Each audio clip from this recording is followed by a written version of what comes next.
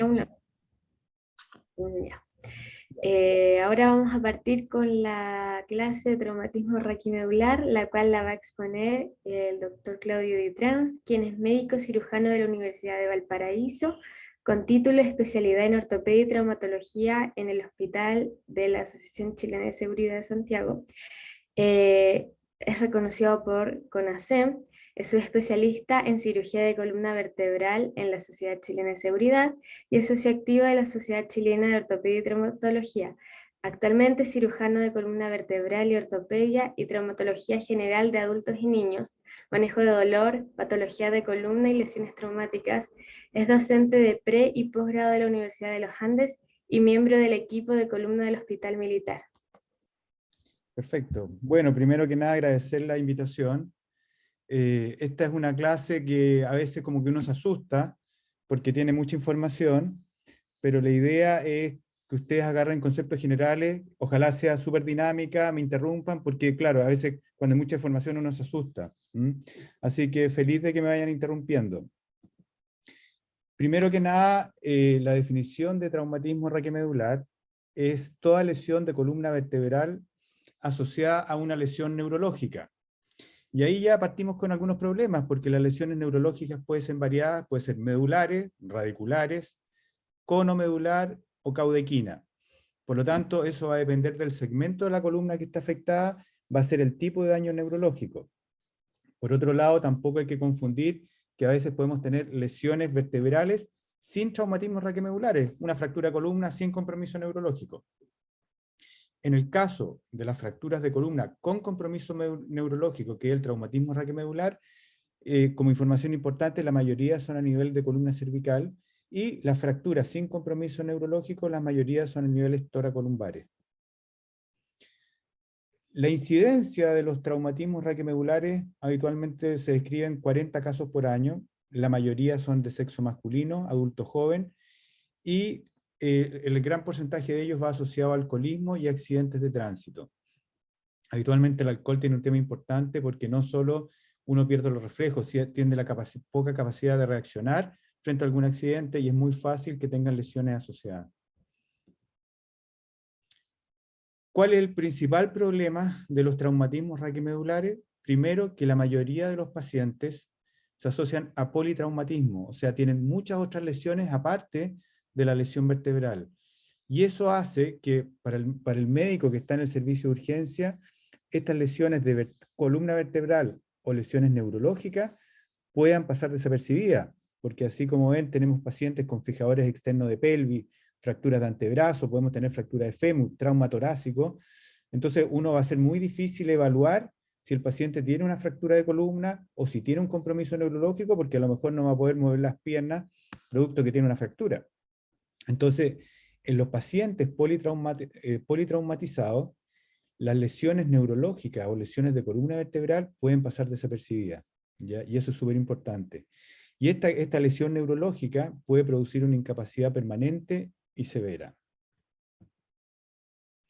Y ahí tenemos primero el gran problema, que tenemos un paciente con un traumatismo raquidular o un politraumatizado, y dentro de la parte de columna vertebral tenemos muchas aristas. Tenemos columna que tenemos cervical, dorsal, lumbar, sacrocoxigia, y en cada huella tenemos médula, cono medular, caudequina, y tenemos nervios que son al lado izquierdo y al lado derecho. Entonces, cuando uno ve esto y dice, chuta, ¿cómo es esto? Que es tan enredado.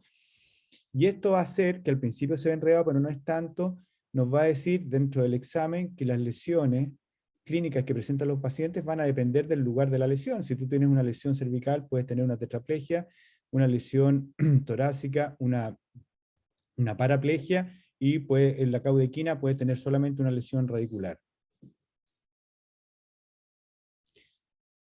Dentro de los mecanismos de lesiones de los traumatismos raquimedulares, tenemos varios, que son las hiperflexiones, como se ven acá, hiperextensiones, compresiones axiales, rotaciones, y la mayoría que son mixtos. Es raro tener mecanismos puros. Sí hay que tener presente cuando uno tiene una visión de cuál es el mecanismo, siempre hay que buscar lesiones asociadas. Por ejemplo, las lesiones de flexiones o disrupciones por cinturón de seguridad pueden tener asociados lesiones de la aorta, o cuando tienen fracturas por estallido, por caídas de altura, hay que buscar lesiones, fracturas de calcáneo, fracturas de extremidades, o en otras partes del cuerpo. Por lo tanto, los mecanismos de lesión no solo nos van a ayudar a ver cómo se produjo el mecanismo en la columna, también va a tener lesiones asociadas. Dentro de los politraumatizados con traumatismo raquimedular, estas son diapositivas que uno se asusta, pero no es tanto, sí tenemos que tener presente que la mayoría de las lesiones asociadas nos van a producir hipovolemia e hipoxia. Y eso van a ser dos factores súper importantes en la estabilización de un paciente con traumatismo raquimedular y politraumatizado. Hay que manejar siempre a los pacientes, tenerles oxígeno y tenerles una buena volemia. Después, cuando nosotros nos focalizamos ya en el traumatismo raquimedular en sí, o sea, la lesión neurológica producto de una lesión de la columna vertebral, las podemos dividir en dos tipos de lesiones. Una es la lesión completa, que es aquella que no hay ninguna función motora, sensitiva ni refleja bajo el nivel de lesión. Y la otra, que es la lesión incompleta, que preserva algunas de sus funciones ya sensitivas o motoras bajo el nivel de lesión. Entonces eso es súper importante porque de alguna forma es raro encontrar tetraplegia o paraplegias completas. La mayoría son lesiones incompletas. Por otro lado, hay una cosa que es tremendamente importante que hay que saber, que hay una cosa que se llama el choque espinal. El choque espinal es como que le pusiéramos un off al prender la luz, como que la médula queda en off, apagada. Entonces, como esta médula está apagada, nosotros no sabemos si existe inicialmente una lesión completa o incompleta, es como que la médula no funciona, hay una flacidez completa. Y eso en algunos pacientes, que cuando lo presentan, se demora en recuperar hasta 48 horas. ¿Cómo sabemos si el paciente se encuentra en shock espinal? Hay una cosa que se llama reflejo vulvocavernoso, que consiste en una tracción del pene y hacer un tacto rectal, y existe el tono anal. Cuando existe ese reflejo que está positivo, significa que el paciente ya no está en shock espinal, o sea, la lesión neurológica va a ser la que es real. Cuando el reflejo vulvocavernoso es negativo, no hay tono anal, significa que el paciente está en choque espinal, por lo tanto no podemos tener ningún pronóstico porque no sabemos qué está pasando con la médula. Después lo vamos a volver a repetir para que no se le olvide. Dentro de la fisiopatología del traumatismo raquimedular, tenemos que saber que hay dos cosas. Una es la lesión primaria, que es la lesión producto del accidente, ya sea por una lesión vascular de la médula, ya sea por una compresión de la médula, por un fragmento óseo o por una distracción de la médula, y eso no es modificable, eso ocurre en el accidente mismo. Y las lesiones secundarias, que son las lesiones posteriores al daño, que es una cascada de eventos inflamatorios, que va a producir isquemia medular, desregulación electrolítica, necrosis, muerte celular, y esas lesiones son las modificables, las que nosotros podemos ayudar a los pacientes en que tengan una menor lesión neurológica. Las lesiones primarias, ¿cuál es la forma de poder controlar eso? Es la prevención, no tener el accidente. Las lesiones secundarias, ahí están todos los esfuerzos de los rescates, de los manejos, de los corticoides, de la cirugía, para que esa lesión genere el menor daño posible en el tejido neural. Por lo tanto, dentro de la fisiopatología del traumatismo raquimedular, tenemos las lesiones primarias, que son producto del accidente, que ya sea por desgarro de la médula, por compresión de la médula, por fenómenos vasculares, y después tenemos la lesión secundaria, que es producto de la isquemia, la inflamación y la exotoxicidad celular, que es producto de todo este proceso inflamatorio que conlleva después del trauma inicial. Y todos los avances médicos un poco van asociados a la lesión secundaria para tratar de generar el menor daño del tejido neural posible.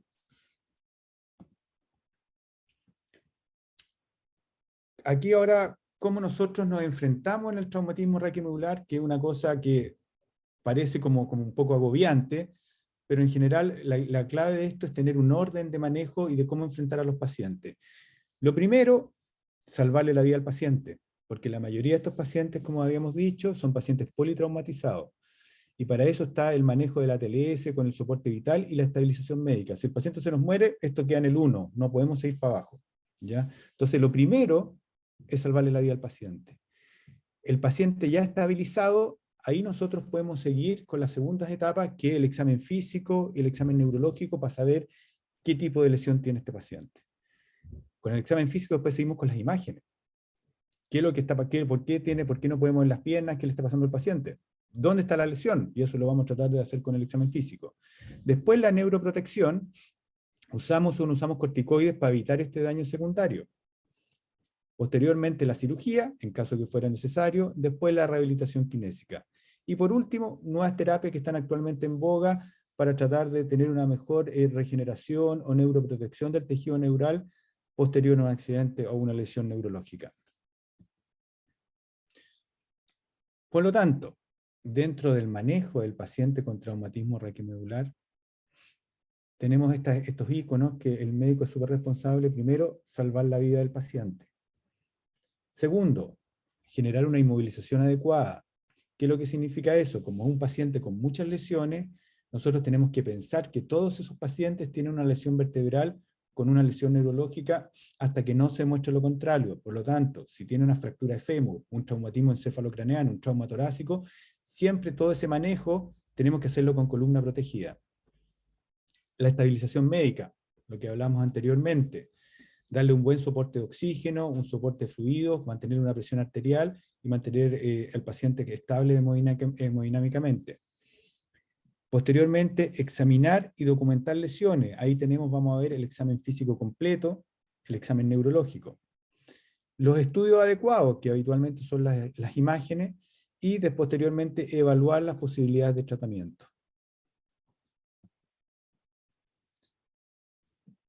Por lo tanto, el enfrentamiento de un paciente con un traumatismo raquimedular y con un paciente politraumatizado, tenemos los tres primeros íconos. Primero, al paciente, cómo lo resolvemos en el sitio del accidente, que ahí básicamente está la buena inmovilización, tratamiento del shock y darle oxígeno.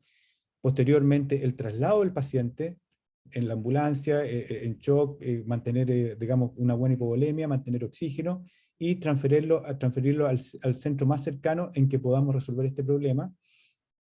Y la llegada al hospital, básicamente la estabilización médica, el estudio completo desde el punto de vista de examen neurológico, el estudio de las imágenes, si requiere o no corticoides, la estabilización médica y si es necesario la cirugía. Entonces, cualquier cosa me van interrumpiendo. Dentro del rescate de un paciente politraumatizado, que el primer evento es en el sitio del accidente, lo primero del paciente, siempre acordarse la TLS, es la vía aérea y estabilización cervical y toracolumbar. Por lo tanto, que el paciente le pueda respirar, lo subimos a la tabla espinal, pensando que el paciente tiene una fractura de columna, aunque no tengamos idea y aunque no podamos examinarlo. Por lo tanto, todo paciente politraumatizado tiene una lesión espinal hasta que no se demuestre lo contrario. El traslado se hace en una tabla espinal con collar rígido y un soporte lateral para que esté lo más inmovilizado posible. Siempre al paciente movilizarlo en block con columna protegida y tener siempre cuidado con el occipucio y el sacro, que son las zonas de compresión más importantes en las tablas espinales, y en los pacientes que tienen compromiso neurológico pierden sensibilidad. Por lo tanto, si uno los deja en una tabla mucho tiempo, pueden hacer escara sacra porque el paciente no va a sentir dolor. ¿Por qué es importante el buen traslado del paciente? Porque se ha visto que alrededor de un 25% de los pacientes pueden presentar un deterioro neurológico por un mal manejo inicial, que uno cree que a veces hay pacientes que tienen fracturas de columna con lesión sin compromiso neurológico, y uno cree que está bien porque mueve las piernas y lo sube en forma inadecuada, y esa fractura sin lesión neurológica se puede transformar en una con lesión neurológica. Lo que veíamos antes, el manejo de choque y fluido para mantener el tejido neural, el cerebro bien perfundido y con una presión arterial media estable. En el sitio del rescate, ¿cuándo se realiza intubación? En todos los pacientes con lesión cervicales alta o traumatismo encefalocraneano con Glasgow menor o igual a 8. Eso debe hacerse en el sitio del accidente. ¿Qué es lo que pasa cuando el paciente llega al hospital?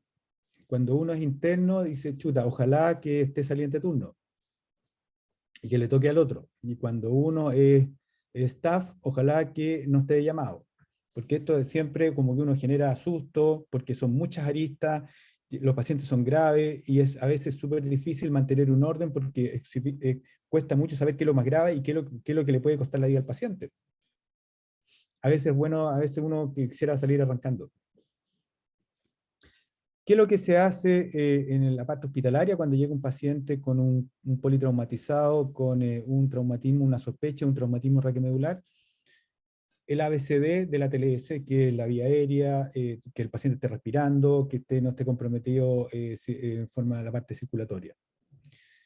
Siempre acordarse que en los pacientes politraumatizados, habitualmente las cosas que generan el riesgo vital del paciente no es la columna, es la pelvis, el cerebro y las lesiones tóraco-abdominales. Eso es lo que habitualmente hace que el paciente pierda la vida en el manejo inicial. La columna pasa a ser secundario, ¿ya?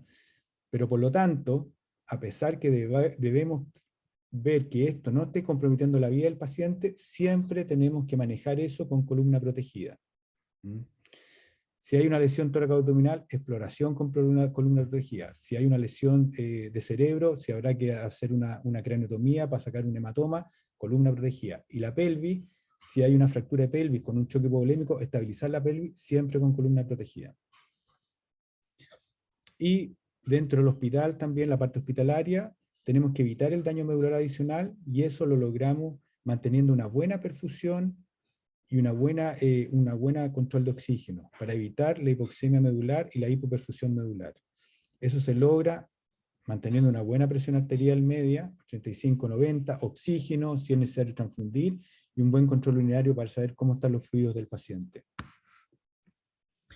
En el manejo hospitalario siempre a veces toca que el paciente está choqueado, y a veces la paciente no tenemos la fractura expuesta de fémur, y sigue choqueado, hay que buscar los sitios de sangrado, que habitualmente son el tórax, abdomen, la pelvis, y los huesos largos como el fémur. Y muchas de estas lesiones no se ven con simple vista, hay que ir a buscarlas, ¿ya? Y en el manejo hospitalario en urgencia, el paciente siempre tenerlo con normotermia, evitar la hipotermia, para que el paciente esté controlado bien desde el punto de vista médico. Cuando el paciente politraumatizado con sospecha de traumatismo raquimedular está estable desde el punto de vista hemodinámico, pasamos ya al ABCD, el paciente ahora sabemos que está vivo, que ya lo podemos controlar, pasamos a la etapa nuestra, digamos, que es el examen físico y neurológico con columna protegida. ¿Qué es lo que hacemos inicialmente? Examinar al paciente, ver que no tenga impactos frontales, eso nos puede llevar a pensar que el paciente golpeó con el parabrisas y puede tener una lesión cervical. Lesiones por cinturón de seguridad, que les queda marcado, habitualmente son lesiones de columna torácica o lesiones aórticas por cizallamiento, por flexión brusca. Siempre palpar toda la columna, buscar zonas de dolor y gap, el gap son las separaciones de las vértebras interespinosas. Evaluar las extremidades. A veces eso es muy difícil, porque es difícil hacer un examen neurológico de extremidades cuando hay fracturas de pierna o hay fracturas de fémur. Tocar, pero sí es importante hacer por último el tacto, que el paciente sienta las piernas y pueda mover un poquito los dedos de los pies. Buscar zonas de hematoma o equimosis, que eso traduce en que internamente puede haber zonas de sangrado. Y realizar el examen neurológico lo más completamente posible, dentro de lo que se puede en el servicio de urgencia. ¿Cuándo tenemos que tener cuidado? En pacientes que están alterados de conciencia, porque a veces no son testeables, es difícil evaluar un paciente con alteración de conciencia. Sospechar cuando tengan dolor en la columna, cuando hay pérdida de sensibilidad de las extremidades, cuando hay pérdida motora y cuando existen enfermedades asociadas, de repente hay polineuropatía o otras enfermedades que hacen distorsionar un poco el examen neurológico. Importante, lo que hablamos anteriormente, es el shock espinal. El shock espinal es lo que hablamos que es el off de la columna, producto de la lesión inicial, y esto se resuelve más o menos entre 24 y 48 horas, y eso, la forma de saber si está en shock espinal o no, es con el reflejo bulbo-cavernoso. Y por eso que es importante la reevaluación neurológica, porque si el paciente está en shock espinal, tenemos que volver a examinarlo hasta que no esté en shock espinal para ver si el paciente tiene una lesión completa, una lesión incompleta o tenga alguna otra cosa.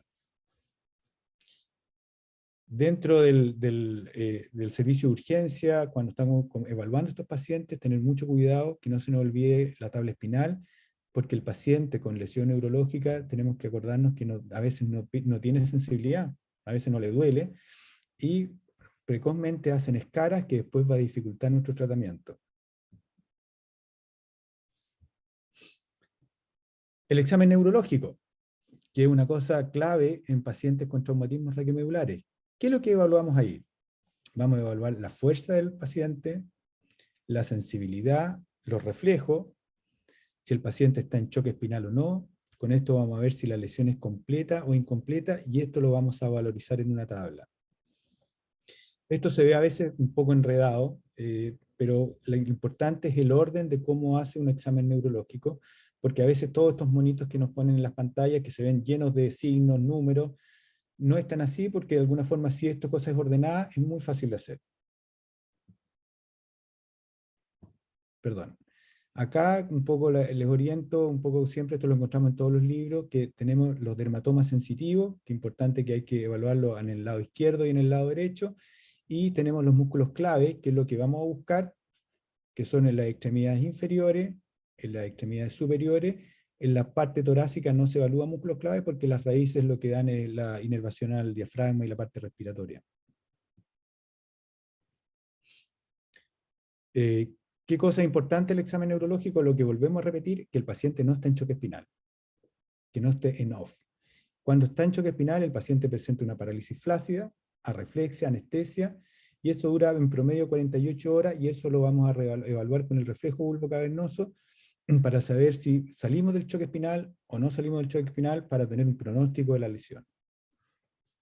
Otra cosa que no se les deben confundir, que hay otros nombres que son muy parecidos, que es el shock neurogénico, que siempre a veces lo preguntan, que es otra cosa.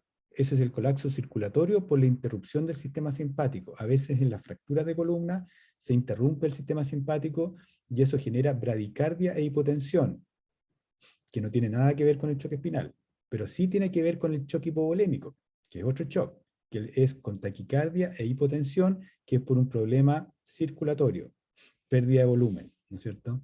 Entonces acá lo importante del choque espinal, no confundir con el shock neurogénico, que es un colapso circulatorio, y con el choque hipovolémico, que es otro colapso circulatorio, pero producto de una hipovolemia.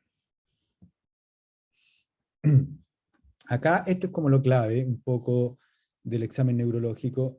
Siempre cuando uno ve estos monitos, uno dice, chuta, ¿qué es lo que hago con esto? Como que uno no sabe, al principio cuando uno es becado, ¿qué es lo que lleno? ¿Cómo tengo que llenar esto? Como que se confunde, genera estrés, pero en general si uno lo ve como tranquilamente no es tan complejo.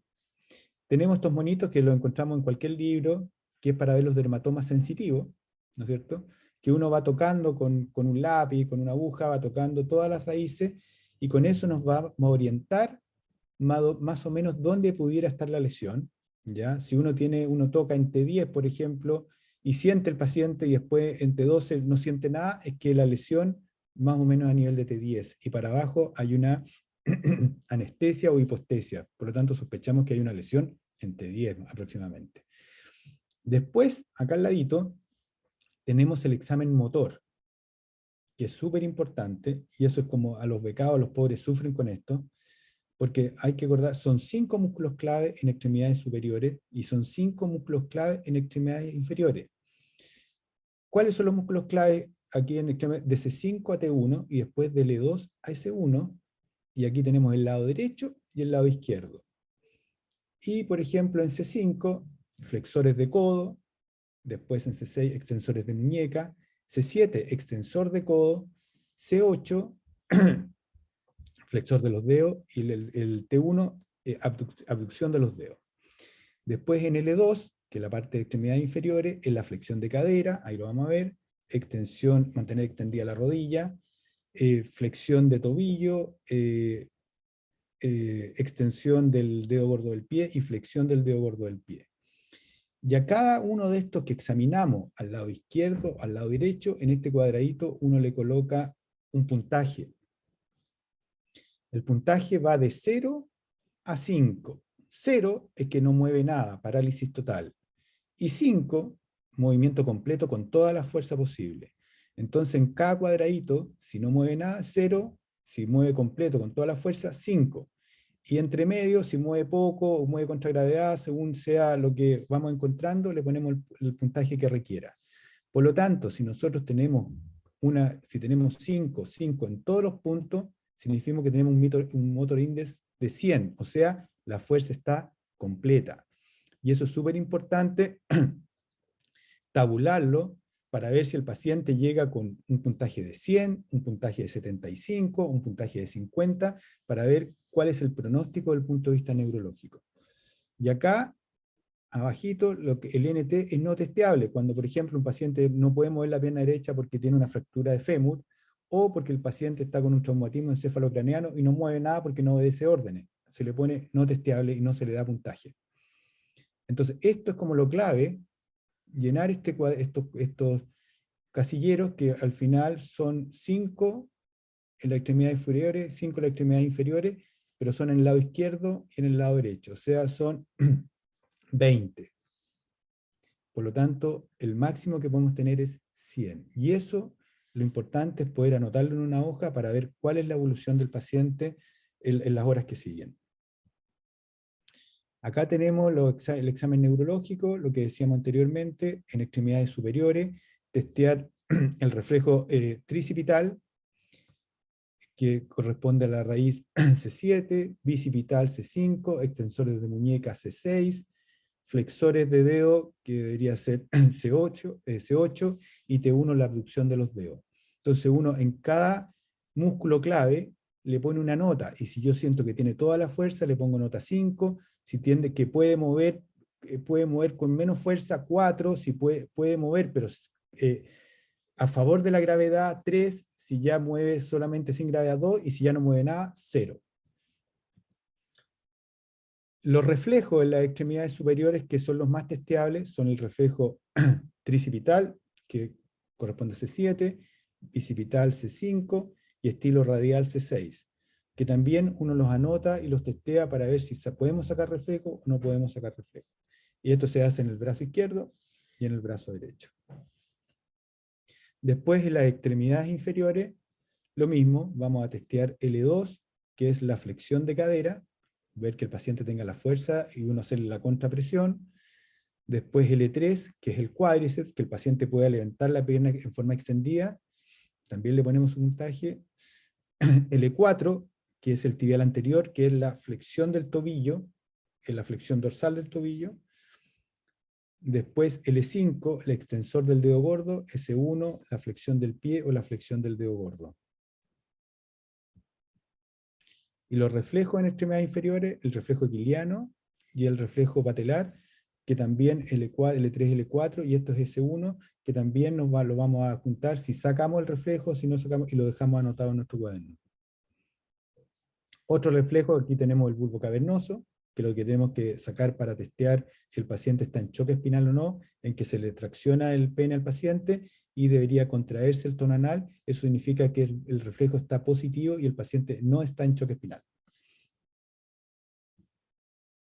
Y esto es lo que a uno todo le asusta, que cuando llegan los becados les muestran esta tabla y todos quieren salir arrancando, pero en realidad es como el resumen global de lo que se hace, que es testear los dermatomas sensitivos, los dermatomas motores y ponerles un puntaje. Al final esto es como una foto como más bien académica, uno esto lo nota en el cuaderno, en la ficha clínica, y le pone la sensibilidad, qué nivel de sensibilidad, T10, T4, L4, hasta dónde tenemos el nivel de sensibilidad, y para dónde abajo ya no tenemos sensibilidad, y el examen motor que dijimos antes, que se testea en extremidades superiores, en extremidades inferiores, que tenemos un máximo de 50 arriba y un máximo de 50 abajo. Y si no, vamos sumando, llegamos a 20 o a 30, y eso se suma, se registra, y después se reevalúa más adelante para ver si el examen neurológico ha cambiado o se mantiene. Ahora pasamos a lo más entretenido, ya como que pasó toda la parte como más así densa, que es salvarle la vida al paciente, estabilizar al paciente, le hacemos un examen neurológico, testeamos el examen neurológico, lo valorizamos en una tablita, y después decimos, ¿qué hacemos con el paciente? Ya lo estabilizamos, le hicimos su examen neurológico, le encontramos una lesión que del ombligo para abajo no siente, lo tenemos que llevar a imágenes. Ya el paciente está estabilizado. ¿Qué imágenes se le piden a los pacientes? Habitualmente, años atrás, siempre uno decía partir por la radiografía. Actualmente el gold standard es el escáner. ¿Por qué el escáner? Porque habitualmente el paciente politraumatizado va a requerir otras imágenes, ya sea de tórax, de cerebro, y si ya lo vamos a meter a escáner, que se haga todo al tiro, ¿ya? Además, es un examen rápido. El escáner es un examen rápido y nos va a dar una valoración de las lesiones en forma muy rápida y sin someter a pérdida de tiempo al paciente. ¿Qué nos van a permitir las imágenes? Ver el nivel de lesión, si la lesión es cervical, dorsal, lumbar, sacra. Nos va a permitir evaluar la estabilidad, si esa fractura es inestable y va a requerir cirugía o no. Clasificarla, si son las lesiones según el mecanismo, por flexión, por compresión, por extensión.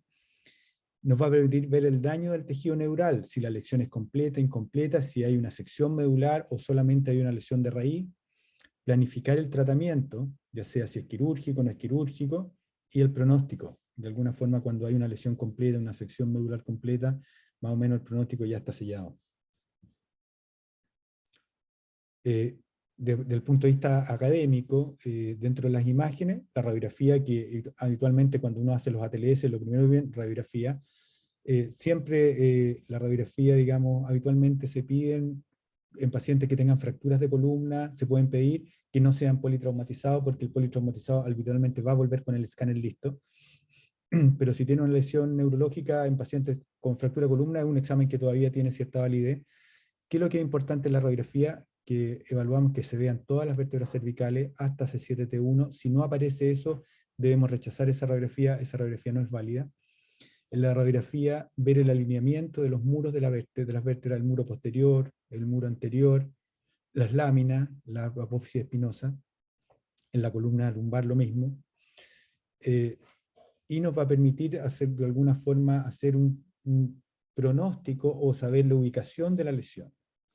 La radiografía habitualmente se pide en pacientes que sospechamos lesiones de columna, habitualmente en pacientes no politraumatizados, porque es un examen fácil de hacer y que no tenga lesiones que comprometan la vida, digamos, en ese momento. Es un examen que validez pero relativa. ¿Cuál es el problema de la radiografía? Que hay zonas en que no se ven, cuando tenemos los hombros, pacientes un poco gordos, ¿se fija? Y ahí hay que usar exámenes asociados, que es la radiografía del nadador. Aquí vemos que no se ve nada en esta zona, y acá vemos que la vértebra está completamente luxada. Está aquí la vértebra superior y aquí está la vértebra inferior. A veces cuando pedimos radiografía y no se ve, pedimos un escáner que se ve al lado y nos encontramos con la sorpresa que en realidad, a pesar que no tenía nada para abajo, donde no veíamos, tenía una fractura odontoide en que no se veía en la radiografía. Por lo tanto, la radiografía actualmente está un poco en desuso en pacientes con lesiones con traumatismo raquiomedular. El escáner, que es como el gold standard, para saber cuándo hay lesiones tenemos que saber cómo es un escáner normal y qué es lo que vamos a buscar en el escáner. Y en toda la columna siempre buscar los alineamientos, muro posterior, muro anterior, y ver el espacio donde va la médula. Y acá lo vemos en el escáner de al lado, vemos que se pierde la lordosis, se pierde el alineamiento del muro anterior, se pierde el alineamiento del muro posterior, se pierde el canal donde va la médula, por lo tanto esta lesión debería tener algo neurológico, y por otro lado, acá por delante de las vértebras vemos este espacio de parte blanda, que acá no lo tenemos, por lo tanto es mucha la información que nos puede dar el escáner, pero es súper importante ver varios escáneres con pacientes normales para poder pesquisar rápidamente las lesiones anormales. Por lo tanto, el escáner es un examen de primera línea en el paciente politraumatizado. La gran gracia es que es rápido, muy rápido, permite una buena evaluación de la fractura y se puede complementar con lesiones de otro tipo, ya sea tórax, abdomen y cerebro. En los pacientes politraumatizados que entran en escáner de columna, actualmente se le pide una cosa que se llama el PANTAC, que es un escáner, un corte sagital completo de la columna, ya que existe un 20% de los pacientes presentan lesiones vertebrales no contiguas. O sea, puede tener una fractura lumbar y una fractura cervical o dorsal durante el mismo accidente, y si uno le hace un escáner lumbar, se nos puede pasar desapercibidas las otras lesiones. Por lo tanto, si el paciente tiene lesiones de alta energía, va a entrar escáner, habitualmente uno le pide un TAC completo. Y con eso nos quedamos tranquilos. Lo que hablábamos anteriormente, el escáner nos permite ver lesiones mal visualizadas por la radiografía, nos da un detalle óseo, nos permite ver cómo está el canal medular, que aquí vemos que está completamente comprometido con un fragmento de hueso. ¿Cuáles son los inconvenientes del escáner? Que no nos permite ver los ligamentos, las partes blandas, los hematomas. Y otra cosa que nos expone un poco a la radiación, que también hay que tenerlo en consideración. La resonancia magnética, que es otro examen que también se puede pedir a los pacientes con traumatismo retromedular. Tiene varias aristas que ojalá, si un paciente tiene que entrar a operarse, tenga su resonancia magnética para evaluar cómo está la lesión neurológica o a qué nivel está comprometido la médula. Inicialmente en el paciente, antes de que sea estabilizado médicamente, es un examen que no se solicita. Cuando el paciente ya está estabilizado, se solicita porque el paciente, la resonancia requiere más tiempo y el paciente inicialmente hay que salvarle la vida.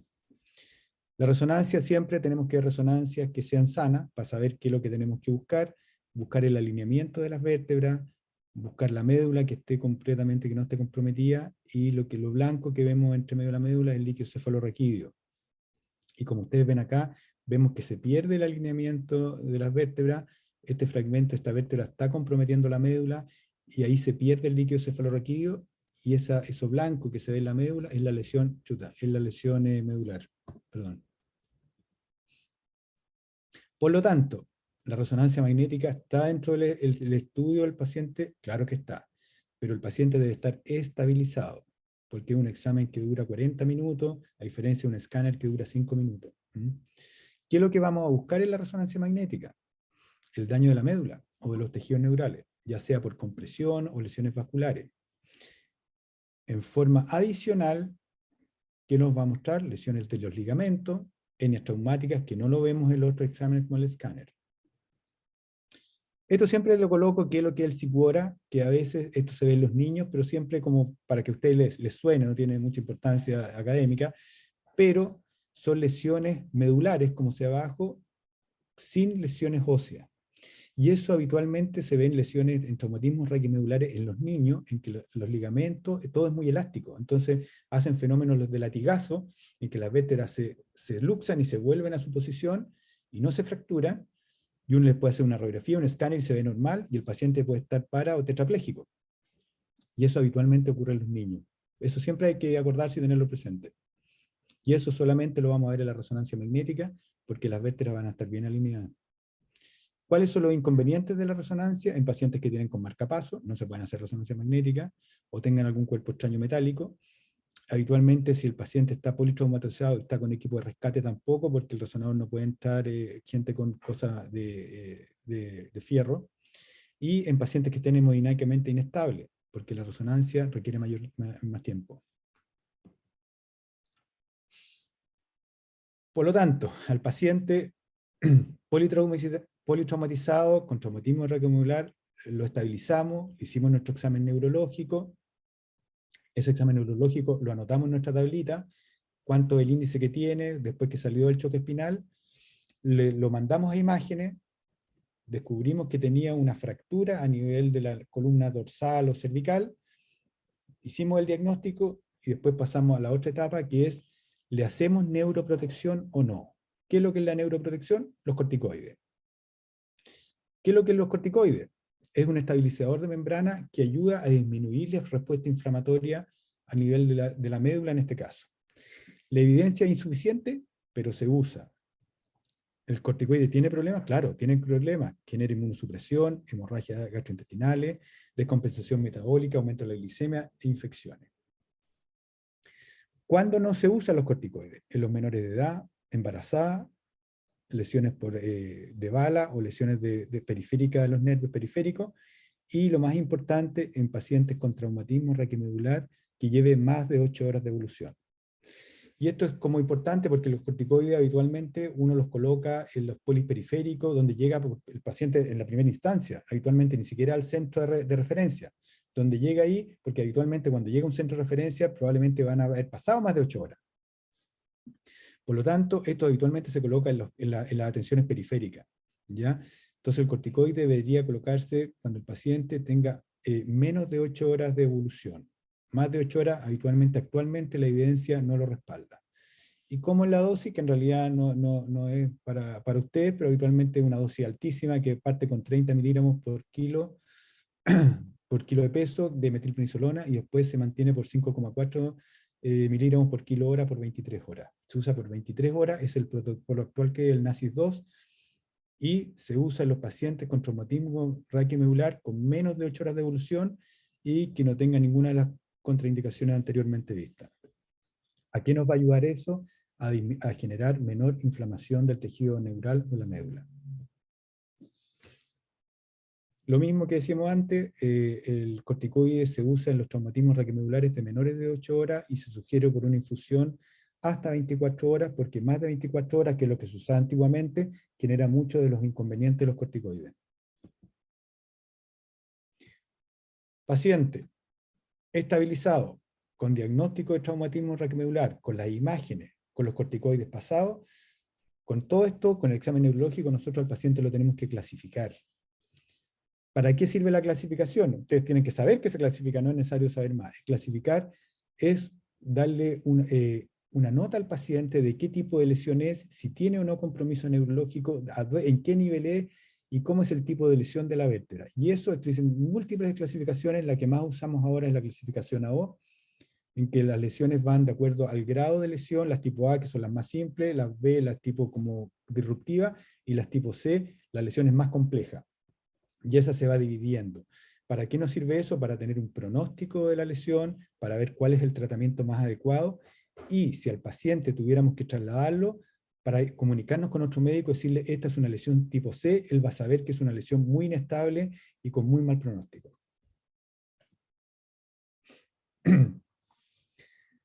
Con el paciente compensado, paciente clasificado, ¿cómo tratamos ahora el traumatismo raquiomedular? Primero, con de alguna forma la cirugía, que ya el paciente está compensado, y la cirugía va a ser una reducción de la fractura, descompresión del tejido neural y estabilización. Y después tenemos, eso es lo que actualmente es lo que se hace ya como en la primera línea del tratamiento específico de la columna vertebral. Y después vienen todos los otros que están como en boga, que es la protección neurológica, la regeneración neuronal, el plazo celular y el entrenamiento funcional del paciente, que en realidad actualmente está en la evidencia, todavía está en estudio, pero todo va orientado a que nosotros podamos tener regeneración de tejido neural para recuperar el daño que se hizo en la lesión primaria. En la reducción de la lesión de la fractura de columna con lesión neurológica, un poco lo importante que es saber que si el paciente está luxado o no se va a poder operar en ese momento en forma inmediata, tratar de estabilizar esa lesión en la forma más simple posible, y eso se hace a través, si inicialmente puede tener un collar, también se puede hacer con un halo tracción, que es poner unos pins ahí en el cráneo, traccionar eso para que el paciente quede estabilizado, o en algunos casos podemos reducir la fractura con esta tracción. Esto se tiene que realizar con el paciente despierto, y eso es súper importante porque el paciente despierto es nuestro monitoreo neurológico para ver cómo va la parte neurológica, que no se nos vaya a comprometer más, para detener el procedimiento y saber si se recupera o no se recupera. El paciente tiene que estar relajado y con un monitoreo continuo. Con el paciente ya reducido, o si no se puede reducir, se hace durante el acto quirúrgico, que ahí ¿qué es lo que se hace con la cirugía? Es la descompresión del tejido neural. ¿Qué es lo que significa eso? Sacar el fragmento de hueso que está comprometiendo la médula, restaurar la anatomía y estabilizarla, ya sea con una placa, con perno, o sea, dejar la médula libre. Ya sabemos que hay un daño primario, aquí estamos evitando el daño secundario de mantener la médula apretada. Al tener la médula apretada, ¿qué es lo que estamos generando? Que le llegue menos sangre, que le llegue menos oxígeno y que el tejido neural se vaya muriendo. Por lo tanto, es súper importante la descompresión rápida y la estabilidad de la columna para que no se vuelva a apretar por algún fragmento de hueso. Y esto se puede realizar de diferentes formas, vía anterior, posterior, etc. ¿Dónde está dada la urgencia de la resolución quirúrgica del traumatismo raquiomedular? En las lesiones incompletas o con deterioro neurológico progresivo. ¿Y eso por qué? Porque de alguna forma la lesión completa, cuando hay una sección medular en un paciente tetrapléjico, no va a cambiar mucho el pronóstico en que lo resolvamos ahora con urgencia. Puede resolverse en 2, 3, 4, 5 días más. Pero el paciente que está con lesiones incompletas, o sea, hay preservación motora o sensitiva distal a la fractura, hay que resolverlo lo antes posible. Ojalá resolverlo antes de las primeras 24 horas. Ahí lo mismo. Y un poco resolviendo ya la patología quirúrgica, después lo que actualmente está en investigación respecto al traumatismo raquimedular, que todavía no hay ninguna evidencia clara, es el enfriamiento medular, la estimulación eléctrica, macrófagos, hormonas de liberación, agentes neuroprotectores, factores de crecimiento neuronal, factores estimuladores de colonia, gangliosidos, etc. Pero en realidad, actualmente estos están en estudios en animales, están todavía en unas fases iniciales. Lo importante es compensar al paciente, darle la neuroprotección con corticoides si lo requiere o no, y precozmente hacer una reducción y descomprimir el tejido neural, que eso es lo que le da en este momento el mejor pronóstico al paciente. Dentro de la investigación, lo que dijimos anteriormente, la neuroprotección, que es lo único que está en boga ahora, que es la metilprednisolona, que es lo que se usa, que es el corticoide. Todas las otras cosas están en estudio. Esto es para limitar el daño secundario, y lo que a futuro se nos va a venir, que es la neuroregeneración, que es la reparación del tejido neural con distintos tipos de terapia, que todavía tampoco también está en estudio, que es poder regenerar axones para ver si el paciente con una lesión completa pudiéramos recuperar parte de estas lesiones para que pueda ser más autovalente. Dentro de la recuperación neurológica, lo único que nosotros tenemos que saber es que las lesiones completas es muy raro que se recuperen. Y por eso que es menos urgente que las lesiones incompletas. Las lesiones incompletas, un tercio de ellas pueden recuperar en forma importante la parte neurológica que han perdido, por lo tanto, en las lesiones incompletas es donde tenemos que focalizar la mayor urgencia y darle el tratamiento más adecuado en la mejor forma posible. Por último, en resumen, porque esto es como es cansador tanta información, esto es lo que nosotros tenemos que saber en general. En los pacientes politraumatizados con traumatismo raquimedular, tenemos que acordarnos siempre dentro del manejo inmediato el ATLS, que es salvarle la vida al paciente, eso es lo primero. Los pacientes se mueren por el cerebro, por el tórax, abdomen y la pelvis, no por la columna. Primero salvarle la vida. Estabilizar al paciente con vía aérea protegida, con una buena ventilación, mantener una buena presión arterial para tener una buena oxigenación del tejido neural y que el paciente no se nos choquee. Todo eso en la evaluación inmediata siempre con columna protegida. Salvarle la vida. Mantener una estabilización médica con columna protegida, porque no sabemos, tenemos que sospechar que todo paciente tiene una lesión de columna vertebral hasta que no se muestre lo contrario. Y ahí, en los primeros, transferir al centro que sea capaz de resolver este problema. Cuando el paciente llega al centro adecuado, hacer los estudios adecuados, iniciar si lo requiere el tratamiento con corticoides, si lleva menos de 8 horas de la lesión, hacer los estudios, ya sea con escáner o resonancia magnética si lo amerita, y ojalá una precoz descompresión del tejido neural, ojalá antes de 24 horas si se pudiera. Y para adelante, evitar las cosas médicas que todo conlleva de los pacientes politraumatizados, que es la cosa médica, las úlceras, los tromboembolismos y la rehabilitación precoz y mantener una buena nutrición. Conclusiones. Esto es como lo importante, lo otro como mucho detalle. Primero, sospechar una lesión de columna vertebral o espinal en todo paciente víctima de un evento traumático de alta energía o que esté alterado de conciencia. Todo paciente traumatizado o que esté alterado de conciencia tiene una lesión vertebral hasta que no se demuestre lo contrario. Un buen traslado y manejo inicial evita la progresión del daño y su secuela. ATLS, siempre acordarse de eso. El manejo médico del traumatismo raquimedular ayuda a disminuir el daño secundario. Importante, mantener una buena presión arterial, darle oxígeno y el uso de corticoides, ojalá que en pacientes que tengan menos de 8 horas de evolución. Importancia de la valoración neurológica para estadificar al paciente, tenerla anotada y evaluar cómo continúa su examen neurológico, y las imágenes adecuadas. Imágenes adecuadas es saber qué pedir, saber que si el paciente va a entrar al escáner, le pedimos el escáner al tiro, no estar perdiendo tiempo con radiografía, y si el paciente está inestable, tampoco podemos pedirle una resonancia magnética, porque se nos puede morir el paciente en el resonador. Ojalá darle el tratamiento quirúrgico lo más oportunamente posible, con equipo quirúrgico adecuado, y ojalá si se pudiera dentro de las primeras 24 o 48 horas. Y por último, en los nuevos estudios están orientados a la estrategia neuroprotectiva y neuroregenerativa, que están aún en proceso, así que vamos a ver en unos años más qué pasa con eso. Sería consultas, es mucha información, por lo tanto yo creo que las preguntas ojalá orientadas a saber los conceptos, no el detalle fino de esta cuestión, porque esto es mucha información, hasta los becados de trauma, todos los fellows de columna, con esta cuestión se marean. Muchas gracias por su clase, doctor. Por temas de tiempo, hay algunas preguntas, pero no sé si le parece que se las enviemos por correo y nosotros Perfecto, después las publicamos en la página y en todo lo que sea necesario para que ustedes, los asistentes, las puedan ver. ningún problema. Ok, Ya, pues, agradece y que esté muy bien, y cualquier duda a mi correo. sí, muchas gracias de verdad, doctor, por su tiempo. Que esté bien. Ya, chao. Y bueno, decirles a los asistentes que volvemos a las 11:10. Así que vayan rápidamente a un recreo. Volvemos en unos minutos. Muchas gracias, doctor.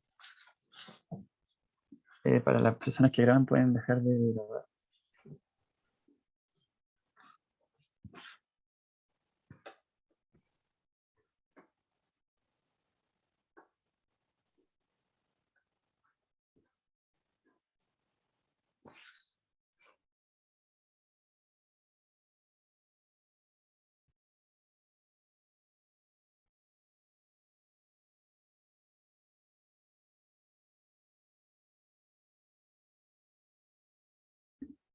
Yo vuelvo en un minuto. Ahí vengo. Gracias.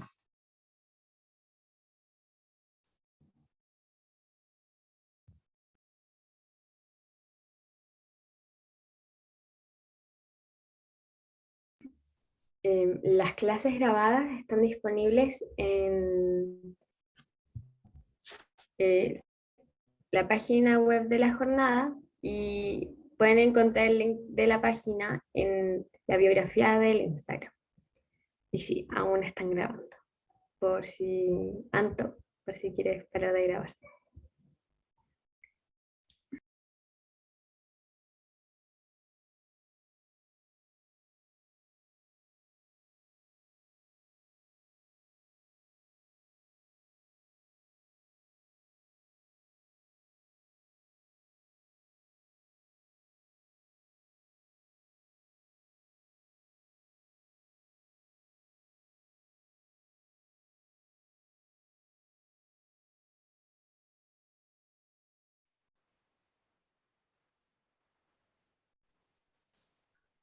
Hola, doctor.